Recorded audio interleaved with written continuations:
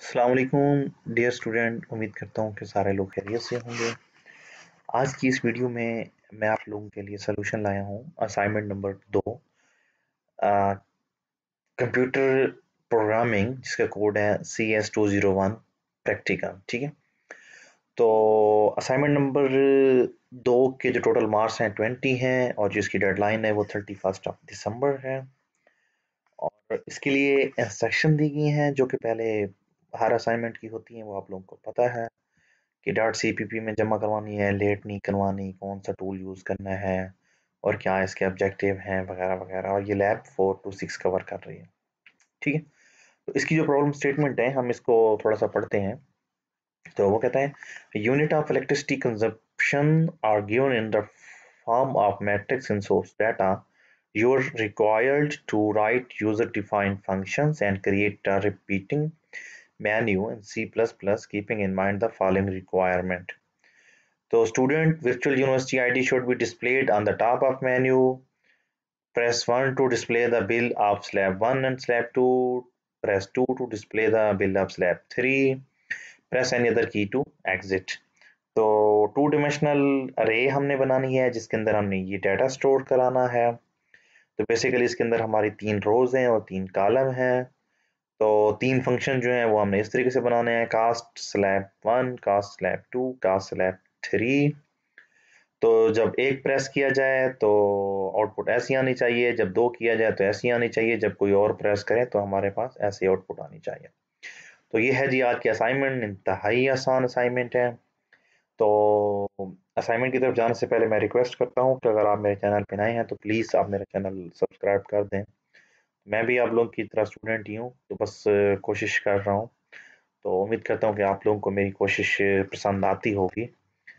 तो kindly channel को subscribe कर दें, अगर हो सके तो वीडियो को भी लाइक कर दें। ठीक है, हम कोड की तरफ आते हैं। अच्छा जी, यहाँ पे कोड हमारा स्टार्ट हो रहा है, हम मेन के अंदर आ जाते हैं। अच्छा जी, फिर मैं आपको फंक्शंस भी बताता हूँ। अच्छा, यहाँ पे मेन स्टार्ट हो रहा है। अच्छा जी, यहाँ पे हमने जो अरे है टू डायमेंशनल, उस अरे को डिक्लेयर करने का ये तरीका होता है। अरे की टाइप जो है वो इंटीजर है और उसकी जो 3 रोज हैं, 3 कॉलम हैं और उनके अंदर जो वैल्यू स्टोर करवानी है वो कुछ इस तरीके से करानी है। ठीक है, तो ये पहली रो और इसके अंदर 55, 65, 75 हैं और ये दूसरी रो है और ये तीसरी रो है और हर रो के अंदर 3 वैल्यूज हैं, यानी कि जो 3 कॉलम्स को रिप्रेजेंट कर रही हैं। ठीक है, तो अच्छा जी, उसके बाद जो हमारी रिक्वायरमेंट थी, तो हम रिक्वायरमेंट की तरफ दोबारा जाते हैं।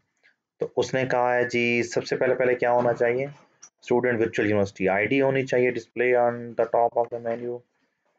तो हमने क्या किया, यहाँ पे सी आउट सिंपली हमने वो करा दी। अच्छा जी, उसके बाद जो है जो मैसेज है वो हमारा किस तरीके से शो होना चाहिए, यहाँ पे दिखाया गया है कि enter your choice, press 1 to display the bill of slab 1 and slab 2, press 2 to display the bill of slab 3, press any other key to exit.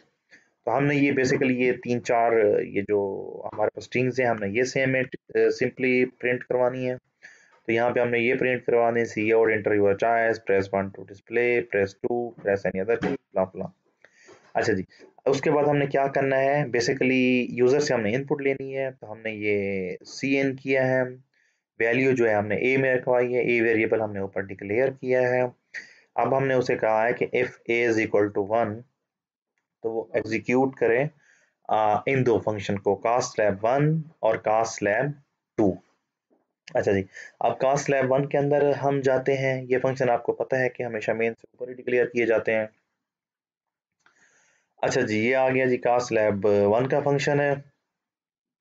अच्छा, उसके अंदर जो हमने वैल्यू एक्स में रखवाई थी, जो हमारे पास टू डायमेंशनल अरे थी, वो यहाँ पे हम अरे पास करा रहे हैं फंक्शन के थ्रू। मल्टी डायमेंशनल अरे आ रही है, इंटीजर टाइप की है और ये हमारे फंक्शन का नाम है और इसकी टाइप भी इंटीजर है। अच्छा जी, तो उसके अंदर हमने क्या किया है, एक और वेरिएबल डिक्लेयर किया है, कास्ट फॉर स्लैब 3। ये अरे टाइप वेरिएबल है क्योंकि हमारे पास जो एक पहली लाइन है उसके अंदर हमारे पास 3 वैल्यूज थी, तो इसलिए हमने इसकी 3 वो नंबर दिया है, साइज दिया है। हमने एक लूप चलाया है, integer i is equal to 0, i is less than और equal to 0, i plus plus, क्योंकि जो हमारा पहला स्लैब है उसकी प्राइस के लिए हमने सिर्फ पहली लाइन के जो हमारे पास बिल्स एनर्जी कंजम्पशन है, तो हमने उसकी वैल्यूज कैलकुलेट करनी है, ठीक है। तो बेसिकली जो लूप नंबर 1 है ये रो के लिए है, और जो लूप नंबर 2 है जो हमें जे से इनिशलाइज करा रहे हैं, तो ये है कॉलम के लिए।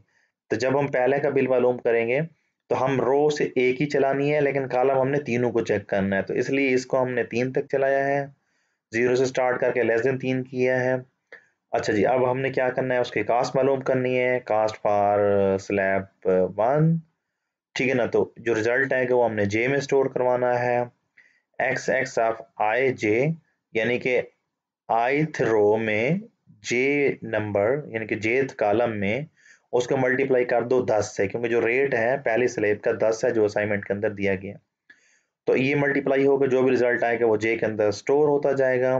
तो एट द एंड हमने क्या करना है, तो सी आउट कर देना है बिल्ड ऑफ स्लैब 1 इज, अच्छा जी, सी आउट कास्ट फॉर स्लैब 1 0, यानी कि जो जीरो पे पड़ा है, जो 1 पे पड़ा है और जो 2 पे पड़ा है, यानी कि आपको पता है कि जो यहाँ पे लोकेशन स्टार्ट होती है वो 0 से होती है, यानी कि 0 जो होती है पहली लोकेशन, दूसरी लोकेशन और तीसरी लोकेशन, ठीक है। तो ये 3 वैल्यूज वो रिटर्न करवा दे। अच्छा जी, ये है जी का स्लैब फॉर 2, यानी कि दूसरी स्लैब है, सेम वही पैरामीटर पासिंग है, 3 वो आ रही हैं, उसके अलावा नया वेरिएबल डिक्लेयर किया है जिसका नाम हमने कास्ट फॉर स्लैब 2 रख दिया है, हम वही लूप चलनी है। अब यहाँ पे याद रखें कि जो हमारी लाइन वाली लूप है रो वाली है, अब हमने दूसरी लाइन को चेक करना है, तो इसलिए अब हमने यहाँ कहा है आई इज इक्वल टू 1, पहले हमने कहा था आई इज इक्वल टू 0, और वहां पे हमने लिखा था आई इज लेस देन 1, यहाँ पे हमने लिखा आई इज लेस देन 2, तो यानी कि ये दूसरी लाइन को चेक करेगी। अच्छा, जे सेम इट इज चलना है क्योंकि इसने 3 के 3 कॉलम को चेक करना है, और सेम वही प्रोसेस है मल्टीप्लाई करने का, और 15 से मल्टीप्लाई करना है क्योंकि स्लैब 2 का जो रेट है वो 15 है। तो उसके बाद सेम इट इज हमने वैसे का वैसा प्रिंट कर देना है कि पहली वैल्यू, दूसरी और तीसरी। तो अगर वो यूजर जो है वो 2 प्रेस करता है, अगर वो 1 प्रेस करता था तो हमने उसको 2 वैल्यू देनी थी कास्ट फॉर स्लैब 1 और 2, अगर वो 2 प्रेस करता है तो हमने तीसरे स्लैब की वैल्यू देनी है। तो सेम वही मल्टी डायमेंशनल अरे पासिंग हो रही है इस फंक्शन के अंदर, हमने फंक्शन का नाम कास्ट स्लैब 3 रख दिया है।